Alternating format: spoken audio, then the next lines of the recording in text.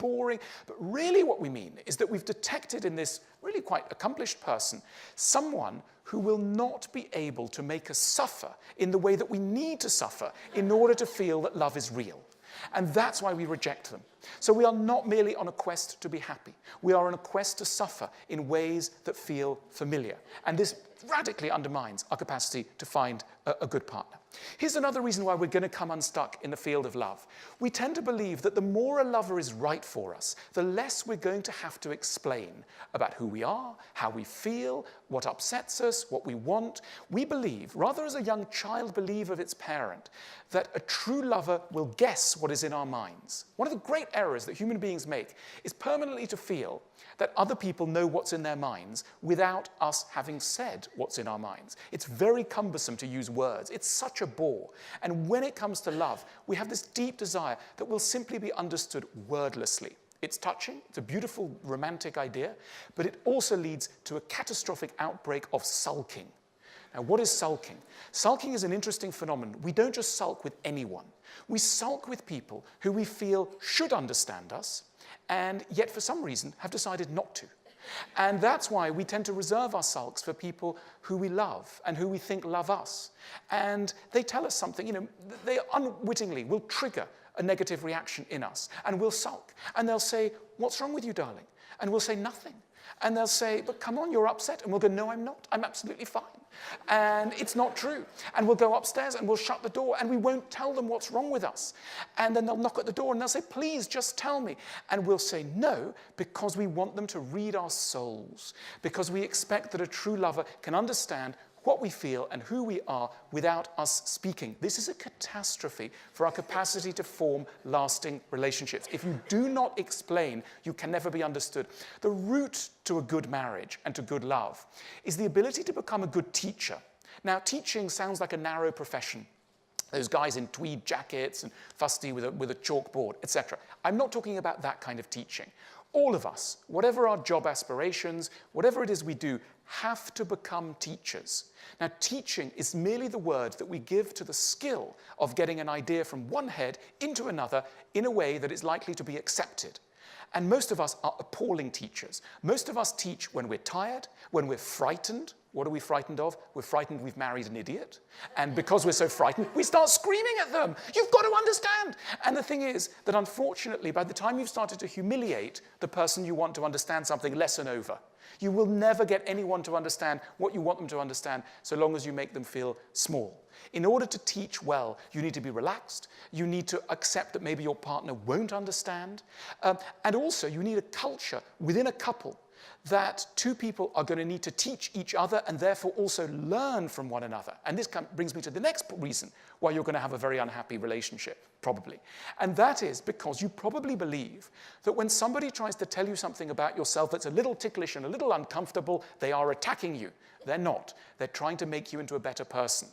And we don't tend to believe that this has a role in love. We tend to believe that true love means accepting the whole of us. It doesn't. No one should accept the whole of us. We're appalling. Really, you want the whole of you accepted? No, that's not love.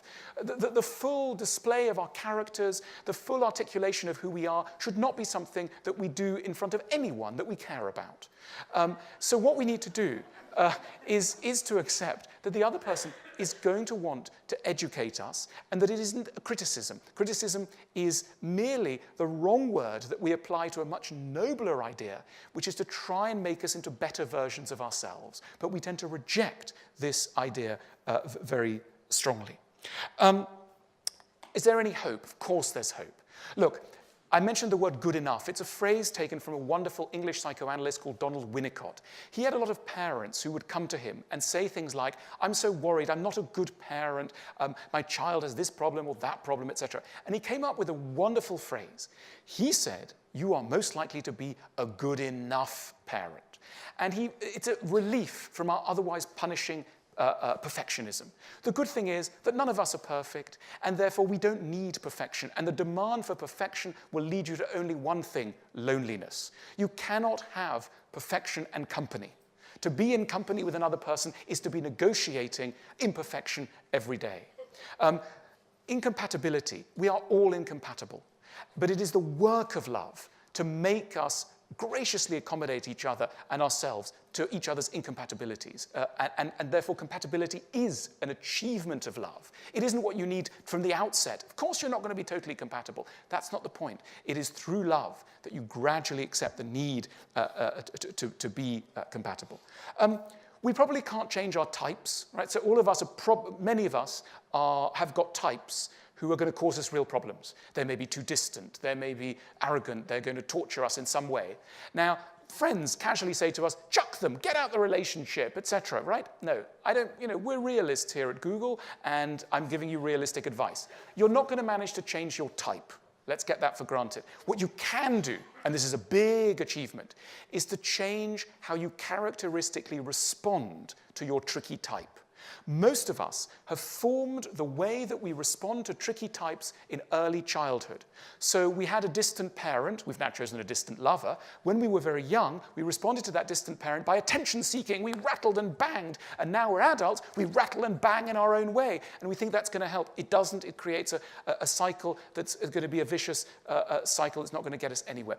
It is open to us at any time to have a more mature response to the challenges that the types of people we're attracted to are going to pose for us. And that is an immense step forward, an immense achievement. The other thing we should do is recognize the nobility of compromise. One of the most shameful things to ever have to admit is to say, this is my partner, I've compromised. In choosing them, I've compromised. Oh, why have you compromised? Well, I'm not that attractive myself. I've got lots of problems. I'm a bit nutty. Frankly, I couldn't pull anyone better, but they're very nice. They're okay. Now, you would think, loser. It's not true. Compromise is noble. We compromise in every area of life. There's no reason why we shouldn't compromise in our love life. Maybe we're sticking around for the children. Good. People say, oh, they're only sticking around for the children. That's a wonderful reason to stick around. Why else are you going to stick around?